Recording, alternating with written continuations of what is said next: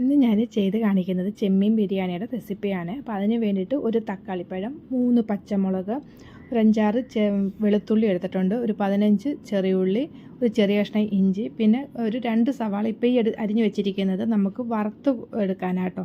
3 സവാള മൊത്തത്തിൽ ഉപയോഗിക്കുന്നുണ്ട്, 2 എണ്ണം വറക്കാനും, ഒരെണ്ണം നമ്മളല്ലാതെ ഈ മസാലയൊക്കെ വഴറ്റുമ്പോൾ അതിന് വേണ്ടിയിട്ട്.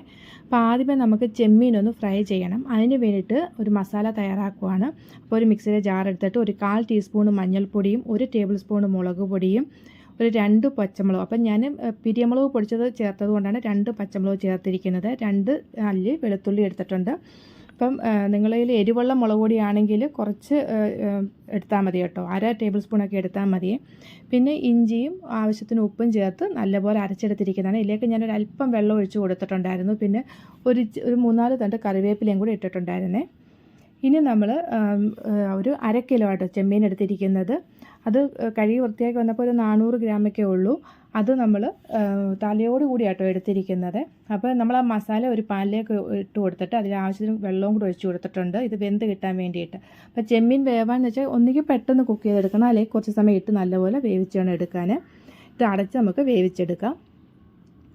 നേരത്തെ ഞാനൊരു വീഡിയോ ഇട്ടിട്ടുണ്ടായിരുന്നു ചെമ്മീൻ ഫ്രൈ ചെയ്യുന്നത്, അതേ രീതിയിൽ തന്നെ കേട്ടോ ഇത് ചെയ്തിരിക്കുന്നത്. ഇതിനകത്ത് ഞാൻ നെയ്യിലാണ് ഇപ്പോൾ വറുത്തിരിക്കുന്നത്. ഒരല്പം നെയ്യും കൂടി ഒഴിച്ച് കൊടുത്തിട്ട് നമുക്കൊന്നും കൂടെ ഒന്ന് വറുത്തെടുക്കാം. അപ്പോൾ ആ മസാല നല്ലപോലെ പറ്റി. അപ്പോൾ ഉപ്പൊക്കെ നിങ്ങൾ നോക്കുക കേട്ടോ. ഇതിനകത്ത് ഗരം മസാല ഈ സമയത്ത് നമ്മൾ ചേർക്കേണ്ട ആവശ്യമില്ല, ഇഷ്ടമുള്ളവർക്ക് ചേർത്ത് കൊടുക്കുകയും ചെയ്യാം കേട്ടോ. അതുപോലെ ഞാൻ പറഞ്ഞാൽ ഞാൻ ഇതിൻ്റെയൊക്കെ കറക്റ്റായിട്ട് ഞാൻ ഡിസ്ക്രിപ്ഷനിൽ എഴുതിയേക്കാം കേട്ടോ, അതിൻ്റെ അളവുകളൊക്കെ.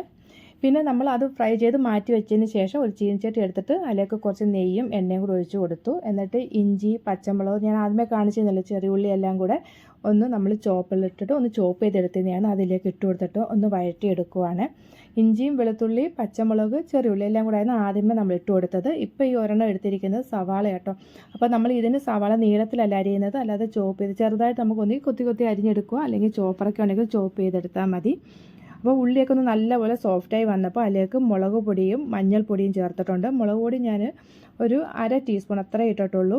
പിന്നെ കുറച്ച് ഗരം മസാല ഒരു 1/2 ടീസ്പൂൺ ചേർത്തിട്ടുണ്ട്. മസാലയൊക്കെ അവരവരുടെ ആവശ്യത്തിന് വേണം ചേർക്കാൻ. ഇപ്പോൾ ഞാൻ കുരുമുളക് പൊടിയൊക്കെ ചേർക്കുമ്പോഴായാലും അതൊക്കെ എരിവിൻ്റെ നോക്കി വേണം നിങ്ങൾ ചേർത്ത് കൊടുക്കാൻ. ആ മസാലയുടെയൊക്കെ പച്ചമണം മാറി വന്നപ്പം അതിലേക്ക് നമ്മൾ എടുത്ത് വെച്ചിരുന്ന ഒരു തക്കാളിപ്പഴം ചേർത്ത് കൊടുക്കുവാണ്. പിന്നെ നമ്മൾ ഇതിനകത്ത് 2 ടേബിൾ സ്പൂൺ തൈര് ചേർക്കുന്നുണ്ട്, അതുകൊണ്ടാണ് ഞാനിപ്പോൾ ഒരു തക്കാളി ഞാൻ ചേർത്തിരിക്കുന്നത്. തൈര് ചേർക്കുന്നില്ല എന്നുണ്ടെങ്കിൽ ഒരു 2 തക്കാളിപ്പഴം വരെയൊക്കെ ചേർത്ത് കൊടുക്കാം കേട്ടോ. അപ്പോൾ ഇതൊന്ന് പെട്ടെന്ന് സോഫ്റ്റ് ആകാൻ വേണ്ടി ഒന്ന് അടച്ച് വെച്ച് കൊടുത്താൽ മതിയായിരുന്നു. അപ്പോൾ ഞാൻ ജസ്റ്റ് ഒന്ന് അടച്ചിട്ടുണ്ടായിരുന്നു കേട്ടോ. എന്നിട്ട് അതിലേക്ക് നമ്മൾ കുറച്ച് അണ്ടിപ്പരിപ്പും മുന്തിരിങ്ങയൊക്കെ വറുത്തോരി വെച്ചിട്ടുണ്ടായിരുന്നു, അതിൽ നിന്ന് കുറച്ച് ഇപ്പോൾ ഇതിലിട്ട് കൊടുത്തു. ഇപ്പോൾ ഞാൻ പറഞ്ഞു ഞാൻ തൈരും കൂടെ ചേർത്ത് കൊടുക്കുന്നുണ്ട്.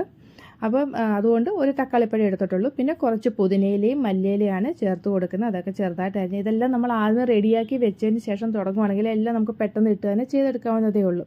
പിന്നെ ഉള്ളിയൊന്നും ഒരുപാട് ബ്രൗൺ കളർ ആകുന്നവരൊന്നും നമുക്ക് വഴറ്റിയെടുക്കേണ്ട ആവശ്യമില്ലല്ലോ, അതുകൊണ്ട് തന്നെ നമുക്ക് പെട്ടെന്ന് തന്നെ തയ്യാറാക്കി എടുക്കാം. അപ്പം ഇത് എല്ലാം ഇട്ട് കൊടുത്തൊന്ന് മിക്സ് ചെയ്തതിന് ശേഷം അതിലേക്ക് നമ്മൾ അതുപോലെ ഞാൻ ആദ്യമേ പറയാൻ വിട്ടുവെന്ന് വെച്ചാൽ നമ്മൾ കുറച്ച് മുളക് പൊടിയല്ലേ ഇപ്പോൾ ചേർത്തിട്ടുള്ളതെന്ന് മസാല വഴറ്റിയപ്പം. അത് അങ്ങനെ ചേർക്കാൻ കാര്യം എന്ന് വെച്ചാൽ നമ്മൾ ഈ ചെമ്മീൻ ഫ്രൈ ചെയ്തപ്പോൾ നമ്മൾ 1 ടേബിൾ സ്പൂൺ മുളക് പൊടി ചേർത്തിട്ടുണ്ടായിരുന്നു, അതുകൊണ്ടാട്ടോ ഈ സമയത്ത് മുളക് പൊടി കുറച്ച് ചേർത്തിരിക്കുന്നത്. പിന്നെ പച്ചമുളകിൻ്റെയൊക്കെ എരിവും കൂടെ ആകുമ്പോൾ കറക്റ്റായിട്ട് നമുക്ക് വരികയും ചെയ്യും. പിന്നെ ഒരുപാട് എരിവ് വേണ്ടുന്നവർക്കൊക്കെ എന്തെങ്കിലുമൊക്കെ മാറ്റങ്ങൾ അതിൽ അങ്ങോട്ടോട്ടൊക്കെ മാറ്റം വരുത്താം കേട്ടോ. പിന്നെ ഇതിനകത്തോട്ട് നമ്മൾ ആ വറുത്ത് വെച്ചിരുന്ന സവാളയിലേക്ക് ചേർത്ത് കൊടുത്തിട്ടുണ്ട്. പിന്നെ അല്പം ഉപ്പ് കുറവായിട്ട് ഉപ്പും കൂടെ ചേർത്തിരിക്കുവാണ്. ആ സവാളയൊക്കെ ഫ്രൈ ചെയ്യുന്ന വീഡിയോസ് ഞാൻ കാണിക്കാൻ കേട്ടോ, കാരണം നമ്മൾ ഒരുപാട് വീഡിയോയിൽ ഇത് കാണിച്ചിട്ടുണ്ട്, ഒത്തിരി റെസിപ്പികളൊക്കെ ചെയ്ത സമയത്ത്. പിന്നെ നമ്മൾ ഒരു 2 മിനിറ്റ് അടച്ചു വെച്ച ശേഷം പിന്നെ അതിലേക്ക് കുറച്ച് ചൂടുവെള്ളമാണ് ഒഴിച്ചു കൊടുക്കുന്നത്. തണുത്ത സാധാ നോർമൽ വാട്ടർ ഒഴിച്ചു കൊടുക്കല്, ഒന്ന് ചൂടാക്കിയതിന് ശേഷം വേണം ഒഴിച്ചു കൊടുക്കാൻ. ഞാൻ ആ മസാല നമ്മളെടുത്തല്ല അതിനകത്തോട്ട് തന്നെ വെള്ളം ഒഴിച്ച് ഒന്ന് എടുത്തായിരുന്നു കേട്ടോ. എന്നിട്ട് ഈ സമയത്ത് നമുക്ക് എരിവ് കുറവുണ്ടെങ്കിലൊക്കെ നമുക്ക് ചേർത്ത് കൊടുക്കാം, കുരുമുളക് പൊടിയൊക്കെ ചേർത്ത് കൊടുത്താൽ മതി. അപ്പോൾ എരിവ് ഉപ്പൊക്കെ എപ്പോഴും മസാലയൊക്കെ വെച്ചാൽ ഓരോരുത്തർക്കും ഓരോ അളവായിരിക്കുമല്ലോ. ചിലർക്ക് മസാല കൂടുതലുള്ളതായിരിക്കും ഇഷ്ടം, ചിലർക്ക് കുറവായിരിക്കും, അതൊക്കെ നോക്കി നിങ്ങൾക്ക് ചേർത്ത് കൊടുക്കാം. ഞാനിപ്പോൾ ഒരു 1/2 ടീസ്പൂണ് നമ്മൾ കുരുമുളക് പൊടിച്ചതും ചേർത്ത് കൊടുത്തിട്ടുണ്ട്, കുറച്ച് മല്ലിയിലയും പുതിനയിലയും കൂടെ ചേർത്ത് കൊടുത്തിട്ടുണ്ടായിരുന്നു. എന്നിട്ട് നമുക്ക് നല്ലപോലെ ഒന്ന് ഇളക്കി ഒന്നുകൂടെ ഒന്ന് പറ്റിച്ചെടുക്കുകയാണ് ചെയ്യുന്നത്. ഇച്ചിരി ലൂസായിട്ട് വേണ്ടതൊക്കെ ഇപ്പോൾ നമ്മൾ എത്ര റൈസ് എടുക്കും അതനുസരിച്ചൊക്കെ ചെയ്യാം കേട്ടോ. അപ്പോൾ എനിക്ക് നോക്കിയപ്പം എല്ലാം ഒന്ന് പറ്റി നല്ലപോലെ തിളച്ച് വന്നു കഴിഞ്ഞപ്പോൾ ഇച്ചിരി എരിവ് കുറവാണെന്ന് തോന്നിയുകൊണ്ട് ഒരു 1/2 ടീസ്പൂണും കൂടെ കുരുമുളക് പൊടി ചേർത്ത് കൊടുത്തിട്ടുണ്ട്. അപ്പോൾ മസാല റെഡിയായി, ഇത് നമുക്ക് മാറ്റി വെക്കാം. ഇനി റൈസ് റെഡിയാക്കാം. അപ്പോൾ അതിന് വേണ്ടിയിട്ട് നമ്മൾ ഇത് ഒരു 2 ഗ്ലാസ് അരിയാണ് എടുത്തിരിക്കുന്നത്. അപ്പോൾ 1 ഗ്ലാസ്സിന് 1.5 കപ്പ് എന്നുള്ള അളവിലാണ് ഞാൻ വെള്ളം എടുക്കുന്നത്. അപ്പം 2 ഗ്ലാസ്സിന് 3 കപ്പ് ആ ഒരു രീതിയിൽ 3 ഗ്ലാസ് വെള്ളം അങ്ങനെ ആട്ടോ എടുക്കുന്നത്. അപ്പോൾ ഇതിനകത്തോട്ട് നമ്മൾ പറ്റിച്ചെടുക്കും കേട്ടോ, ഊറ്റിയല്ല എടുക്കുന്നത്. ഇതിനകത്ത് പട്ട, ഗ്രാമ്പൂ, ഏലക്ക, തക്കോല മസാലകളെല്ലാം ചേർത്ത് കൊടുത്ത് വെള്ളം തിളയ്ക്കാൻ തുടങ്ങിയപ്പം അതിനകത്തോട്ട് നമ്മൾ ഒരു അരമണിക്കൂർ കുതിർത്ത് വെച്ചിരുന്ന അരിയിലേക്ക് ഇട്ട് കൊടുത്തിട്ടുണ്ട്. പിന്നെ ഒരു അരമുറി തക്കാളിപ്പഴവും ഒരു പച്ചമുളകും കുറച്ച് പുതിനയിലയും മല്ലിയിലയും കൂടെ ചേർത്ത് കൊടുത്തു. എന്നിട്ട് നമുക്ക് ഉപ്പൊക്കെ ആവശ്യത്തിന് നോക്കുക, കുറച്ച് നെയ്യും കൂടെ ചേർത്തിട്ടുണ്ട്. അപ്പോൾ എന്നിട്ട് നമുക്കിത് അടച്ചു വെക്കാം.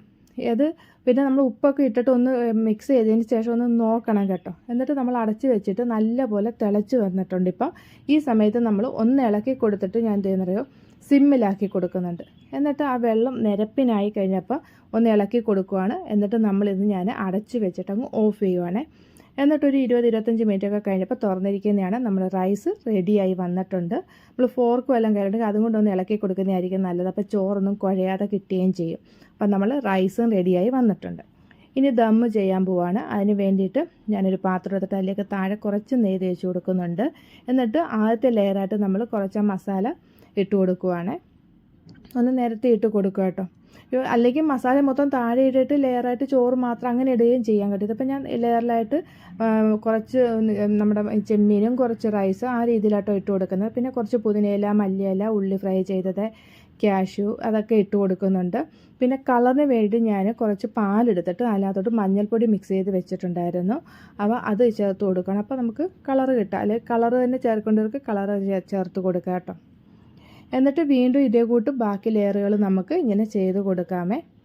എന്നിട്ട് നമ്മൾ ലാസ്റ്റിൽ ഞാനൊരു ഫോയിൽ പേപ്പർ വെച്ചിട്ട് ഇത് കവർ ചെയ്ത് ഇങ്ങനെ കൊടുക്കുന്നുണ്ട്. അല്ലെങ്കിൽ നമ്മൾ നമ്മുടെ ആട്ടയൊക്കെ കുഴച്ചിട്ട് വേണം നമ്മൾ ചെയ്തെടുക്കാൻ. എന്നിട്ട് നമ്മൾ താഴെ ഞാനൊരു പഴയ ഒരു പാൻ വെച്ചിട്ടുണ്ടായിരുന്നു. അതിൻ്റെ മേലിൽ ഇത് പാത്രം വെച്ചിരുന്നത്. എന്നിട്ടൊരു 15 മിനിറ്റ് ലോ ഫ്ലെയിമിൽ വെച്ചിരുന്നതാണ്. അതിന് ശേഷം ഇപ്പോൾ തുറന്നിരിക്കുവാണ്. നമ്മൾ എപ്പോഴാണ് സെർവ് ചെയ്യുന്നത് വെച്ചാൽ ആ സമയത്ത് തുറന്നാൽ മതി കേട്ടോ. അപ്പം ചൂടോടുകൂടി ഇരിക്കുകയും ചെയ്യുമല്ലോ. എന്നിട്ട് നമുക്ക് പതുക്കെ ഇതൊന്ന് മിക്സ് ചെയ്ത് കൊടുക്കാം. നമ്മുടെ നല്ല ടേസ്റ്റി ആയിട്ടുള്ള ചെമ്മീൻ ബിരിയാണിയാണ്. നിങ്ങൾ ഒരിക്കലെങ്കിലും ഇതൊന്ന് ട്രൈ ചെയ്ത് നോക്കണം. വളരെ പെട്ടെന്ന് ചെയ്യാൻ